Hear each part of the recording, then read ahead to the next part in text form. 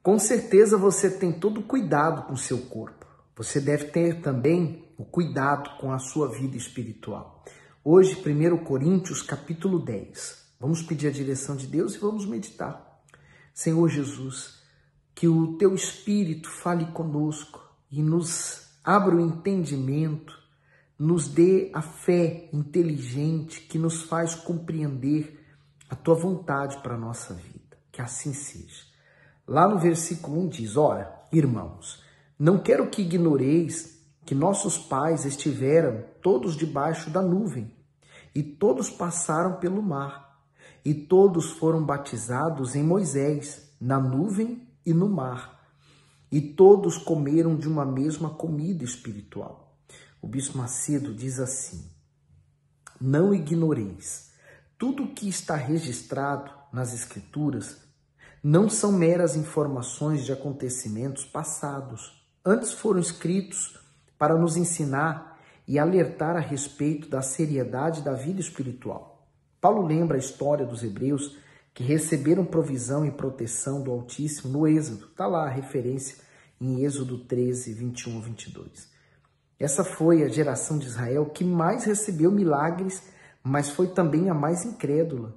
O deserto, que deveria ser uma rápida passagem para chegar à terra prometida, se tornou o lar deles por 40 anos. Além disso, se transformou em um lugar, em um grande cemitério de pessoas que não foram firmes na sua fé. De milhões de pessoas libertas da escravidão, apenas 2 daquela geração que sofreu no Egito creram e entraram em Canaã. A exortação dada aos coríntios também serve para nós. Receber provas evidentes do favor de Deus não significa que haverá aprovação final, ou seja, salvação da alma. Pelo contrário, apesar de os filhos de Israel terem experimentado numerosas bênçãos, agiram com rebeldia, incredulidade e ingratidão, por isso Deus não se agradou deles.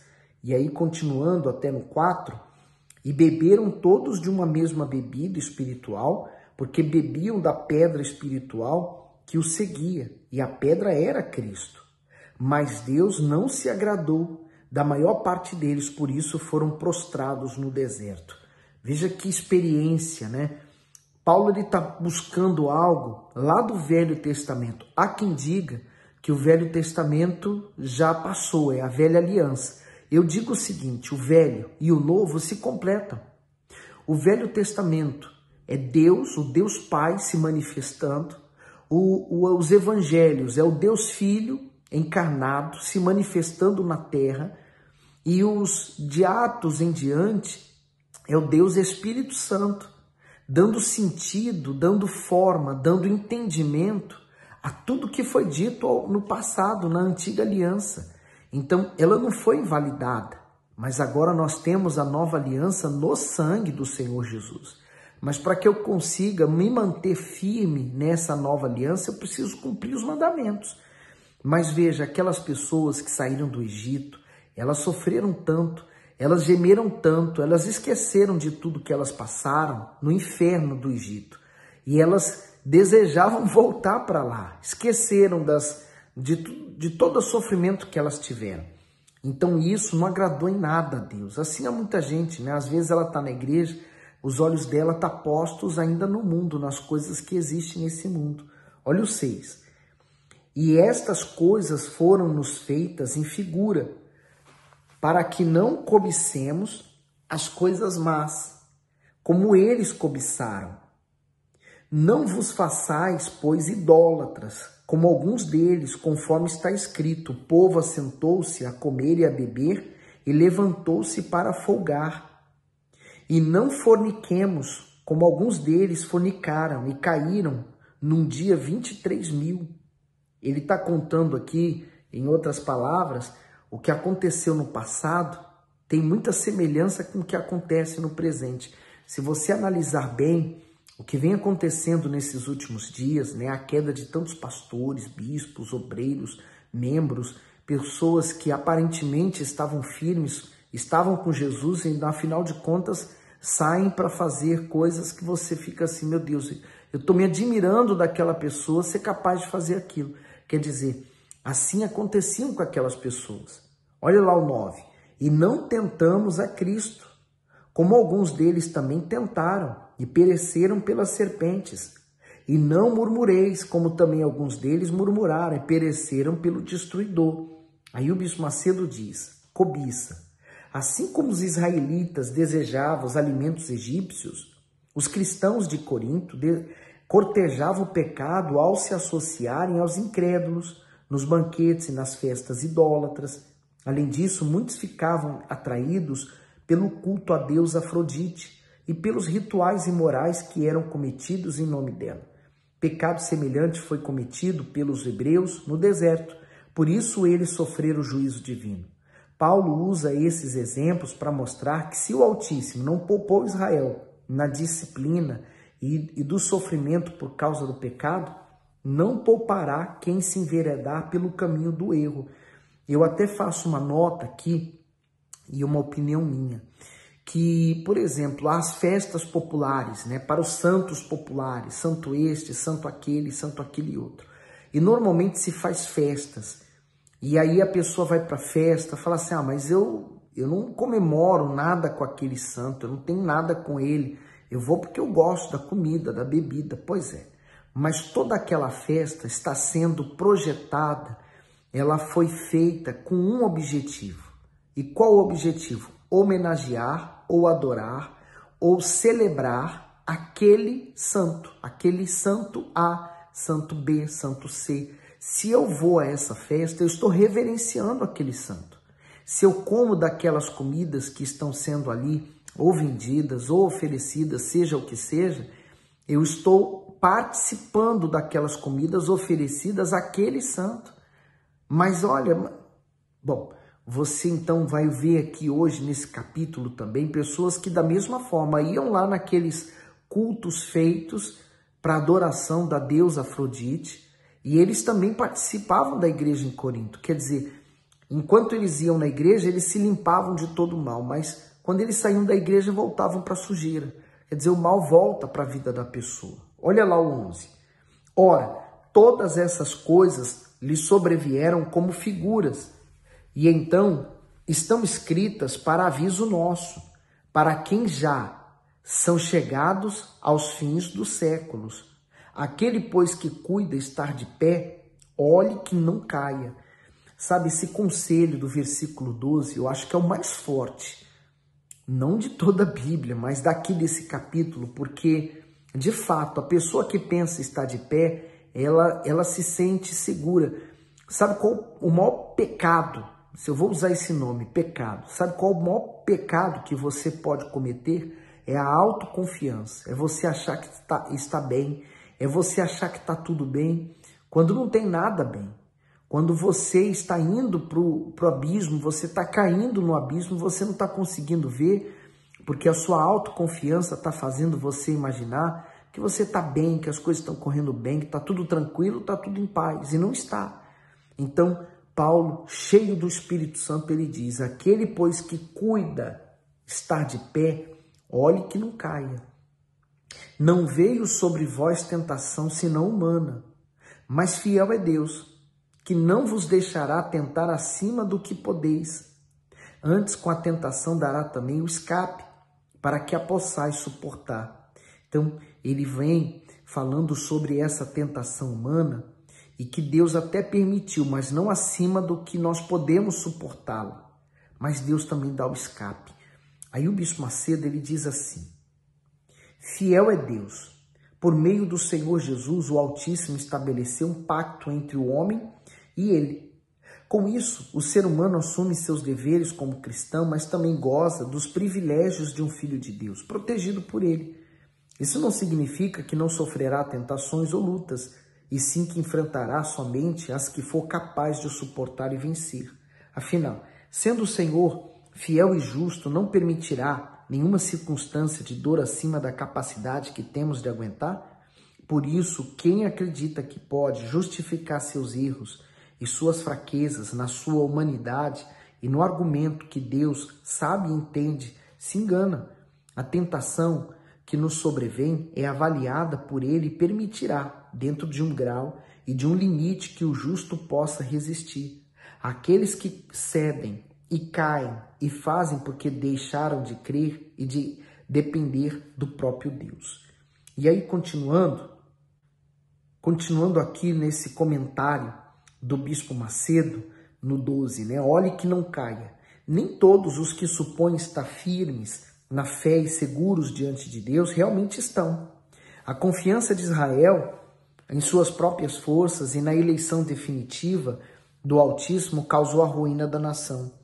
O povo pensava que, por ter sido escolhido por ele, não precisava mais zelar pela sua vida espiritual ou vigiar suas atitudes. Contudo, o conselho de Paulo, aquele, pois, que cuida estar de pé, olhe que não caia, é muitíssimo apropriado, pois todos correm risco de cair em pecado, principalmente aqueles que se permitem cometer inofensivos deslizes, acreditando que a graça os absolverá das consequências dos seus erros. Quem é sábio, vigia e guarda com temor a sua fé.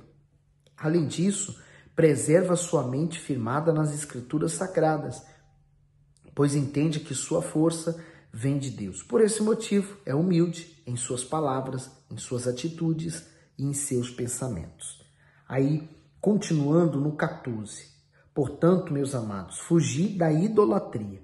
Quando a gente fala de idolatria, não é só aquela imagem construída por mãos humanas.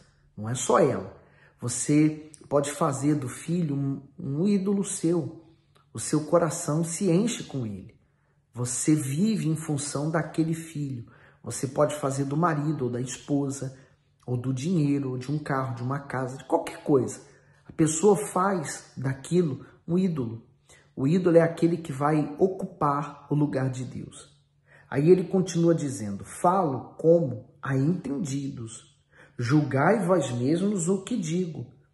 No 16, porventura o cálice da bênção que abençoamos não é a comunhão do sangue de Cristo, a Santa Ceia? O pão que partimos não é porventura a comunhão do corpo de Cristo? Porque nós, sendo muitos, somos um só pão e um só corpo, porque todos participamos do mesmo pão. Vede a Israel segundo a carne? Os que comem os sacrifícios não são porventura participantes do altar? Mas que digo? Que o ídolo é alguma coisa? Ou que o sacrifício aos ídolos é alguma coisa? Antes digo que as coisas que os gentios sacrificam, as sacrificam aos demônios e não a Deus. E não quero que sejais participantes com os demônios. Então quer dizer, quando nós participamos da Santa Ceia, nós estamos aceitando o sacrifício do Senhor Jesus, né? Tanto o corpo através do pão, como o sangue através do sumo da uva. E quando nós participamos, celebramos a Santa Ceia, nós estamos assumindo um compromisso, um pacto. Nós estamos firmados sobre o que o Senhor Jesus realizou na cruz. Mas quando eu viro as costas e eu vou para festas pagãs, eu faço coisas que me liga, né? Que me liga ao diabo, então eu também estou sacrificando para ele. Então eu estou de um lado sacrificando para Deus e do outro sacrificando aos demônios. E aí no 21 ele diz assim, não podeis beber o cálice do Senhor e o cálice dos demônios.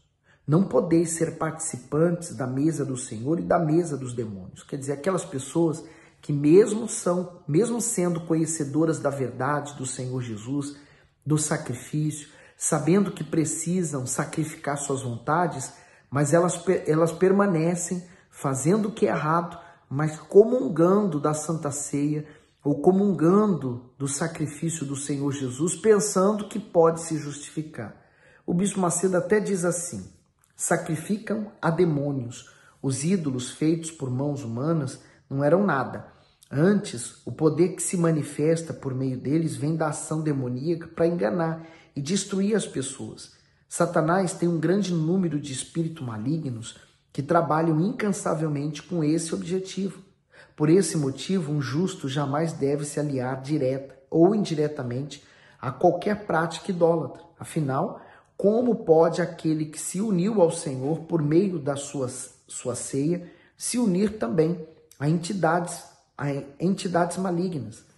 Por intermédio da carne e do sangue, nos tornamos coparticipantes de um só corpo com o Senhor Jesus. Por isso, não se pode partilhar do que é sagrado e depois do que é profano e imundo. É muito forte. Por isso que Jesus nos orienta a vigiarmos e orarmos. No 22. Ou irritaremos o Senhor? Somos nós mais fortes do que Ele? Todas as coisas me são lícitas, mas nem todas as coisas convêm. Todas as coisas me são lícitas, mas nem todas as coisas edificam. E aí o Bispo Macedo diz, somos livres para tomarmos nossas próprias decisões, mas como avaliar o que convém e o que soma a nossa fé? Todos os dias as pessoas fazem escolhas com respeito à amizade, entretenimento, estilo de vida e até com relação à proximidade com o mundo. Para haver o discernimento, o Espírito Santo é fundamental. É Ele quem nos mostra o que deve ser renunciado em prol de todos, pois Ele não visa ao que é conveniente apenas a uma pessoa, mas à obra de Deus. Portanto, a liberdade cristã termina quando uma atitude fere o próximo e não edifica a vida espiritual. Então, ao invés de perguntar se pode ou não pode fazer isso ou aquilo, o cristão deve se perguntar se o que pretende fazer, além de contribuir para a própria fé, não escandalizará os seus semelhantes. Tendo essa resposta, ele saberá se está honrando ou desonrando a Deus. No 24 ele diz, ninguém busca o proveito próprio, antes cada um o que é do outro. Por isso que Jesus, ele falou que o grande mandamento, o segundo grande mandamento, é amar o seu próximo como a si mesmo. Quer dizer, você vai amar o seu próximo, então você vai procurar fazer de tudo para ganhá-lo para Jesus e não perdê-lo. Hoje a gente vê o contrário, né? Hoje a gente vê tanto maus testemunhos dentro da igreja que faz com que aqueles que estão lá fora se tornem vacinados contra ir a uma igreja qualquer. No 25, comei de tudo quanto se vede no açougue, sem perguntar nada por causa da consciência, porque a terra é do Senhor e toda a sua plenitude. E se alguém dos fiéis vos convidar e quiser dizer, comei de tudo que se puser diante de vós, sem nada perguntar por causa da consciência. Mas se alguém vos disser, isso foi sacrificado aos ídolos, não comais, por causa daquele que vos advertiu e por causa da consciência, porque a terra é do Senhor e toda a sua plenitude. Quer dizer, como se vendiam carnes, às vezes aquela carne que estava sendo vendida, ela já passou por um ritual para os deuses, né? Foi oferecida aos deuses e depois foi tirada dali e foi vendida. Alguém se aproveitou daquela carne para ganhar um dinheiro. Então ela foi para um açougue, estava sendo vendida. Aqui em Portugal, no caso, é talho, né? No talho. Então foi para o talho e a pessoa falava, essa carne aqui, ela foi oferecida já para algum deus? Aí, essa foi, aí eu não quero comprar. Então ele falou, nem pergunta, compra. Porque o segredo não está em você saber a procedência dela, mas apresentar. Você tem dúvida? Alguém te deu um alimento? Você tem dúvida da procedência dele? Alguém poderia querer fazer mal a você? Então, levante aos céus, meu Deus, abençoe esse alimento, que o Senhor traga saúde através dele. E come. Você abençoou, que Deus abençoa, o mal não pode tocar. E aí diz assim, no 27, e se algum dos infiéis vos convidar e quiserdes ir, comei de tudo o que se puser diante de vós, sem nada perguntar, por causa da consciência. Mas se alguém vos disser, isso foi sacrificado aos ídolos, não comais, por causa daquele que vos advertiu, por causa da consciência, porque a terra é do Senhor e toda a sua plenitude. Digo, porém, a consciência, não a tua, mas a do outro, pois porque há de a minha liberdade ser julgada pela consciência de outro. E se eu com graça participo, porque sou blasfemado naquilo, porque dou graças. Portanto, quer comais, quer bebais, ou façais qualquer outra coisa, fazei tudo para a glória de Deus. Olha só o segredo aqui, no 31. Se eu estou fazendo isso que eu estou fazendo, lendo a Bíblia, eu não posso fazer para minha glória, ou para achar assim, olha como é que eu sou bom, olha como eu sou intelectual. Nada disso. Se eu fizer isso, eu vou estar frustrado nos meus planos. Mas se eu fizer isso para a glória de Deus, então muita gente vai ser ajudada. Se eu faço um trabalho, vou limpar o chão, eu trabalho limpando o chão, eu trabalho limpando casas, mas se eu faço esse trabalho para a glória de Deus, Deus vai ser glorificado no meu trabalho. Se eu trabalho numa linha de produção, mas nessa linha de produção eu procuro fazer meu trabalho para a glória de Deus, ali, naquele lugar, Deus vai ser glorificado. E naturalmente, a pessoa que faz para Deus, ela vai fazer o melhor. E o trabalho dela vai ser visto e honrado. Deus vai mover a mão dele para honrar ela. Olha o 32. Portai-vos de modo que não deis escândalos, nem aos judeus, nem aos gregos, nem à igreja de Deus, como também eu em tudo agrado a todos, não buscando o meu próprio proveito, mas o de muitos, para que assim se possam salvar. Para que assim se possam salvar. E o Bispo Macedo encerra dizendo, para a glória de Deus, as Escrituras revelam um princípio primordial para que o homem mantenha sua consciência limpa e opte pelas melhores atitudes, portar-se de modo que não deis escândalo. Com isso, Paulo ensina que glorificar a Deus com a própria vida é o objetivo primário da pessoa que conhece o Senhor. Ela submete todos os seus desejos, pensamentos e atitudes à vontade divina, pois com temor avalia cada situação para não provocar prejuízo espiritual nem a si mesmo, nem a ninguém. E eu concluo essa meditação de hoje da seguinte forma. Eu penso o seguinte, se eu estou bem com Deus, naturalmente eu vou ficar bem com qualquer outro ser humano que está à minha volta. Se eu não consigo estar bem com o meu Deus, naturalmente eu não vou conseguir estar bem com ninguém à minha volta. Eu vou provocar conflitos, eu vou ferir outras pessoas, eu vou causar confusão. Isso vai acontecer porque faz parte da natureza humana isso. Por isso, avalie-se a si mesmo. Você teve um real e verdadeiro encontro com o Senhor Jesus? Isso já aconteceu com você? Porque se aconteceu, você é nova criatura. E sendo essa nova criatura, você tem prazer nas coisas espirituais. Que você possa refletir ainda mais nessas palavras de hoje. Que Deus abençoe e ilumine você.